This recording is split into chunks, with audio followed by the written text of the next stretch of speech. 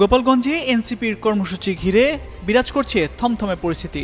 জাতীয় নাগরিক পার্টির সমাবেশ মঞ্চে হামলা করে নিষিদ্ধ ঘোষিত সংগঠন ছাত্রলীগের নেতাকর্মীরা। সেখানে সমাবেশের চেয়ার ভাঙচুর করে তারা।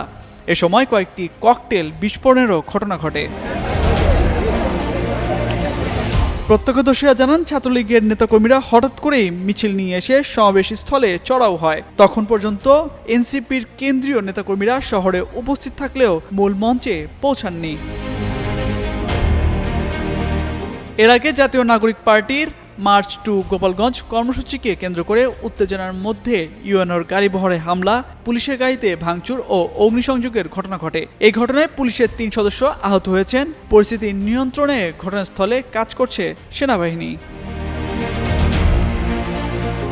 জানা গেছে, বুধবার সকাল 10:15টার দিকে সদর উপজেলার উলপুর সংযোগ সড়কে পুলিশের একটি গাড়িতে ভাঙচুর ও অগ্নিসংযোগ করে নিষিদ্ধ ঘোষিত সংগঠন ছাত্রলীগের নেতাকর্মী ও কার্যক্রম নিষিদ্ধ থাকা আওয়ামী লীগের নেতাকর্মীরা। প্রত্যক্ষদর্শী ও এলাকাবাসী জানান, জেলা ছাত্রলীগের সাধারণ সম্পাদক আতাউর রহমান পিয়ালের নেতৃত্বে ছাত্রলীগের একটি দল প্রথমে সেই কর্মসূচিতে বাধা দেয়। পরে তারা পুলিশের একটি গাড়িতে পেট্রোল বোমা ছুড়ে আগুন ধরিয়ে দেয়।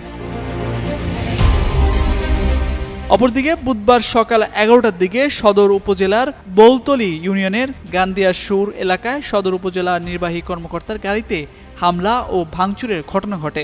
ইউএনও এম রকিবুল হাসান নিজেই বিষয়টি নিশ্চিত করেছেন। এ ঘটনায় কেউ আহত হয়নি বলেও জানান তিনি। তামজিদ মির্জা, যুগান্তর নিউজ।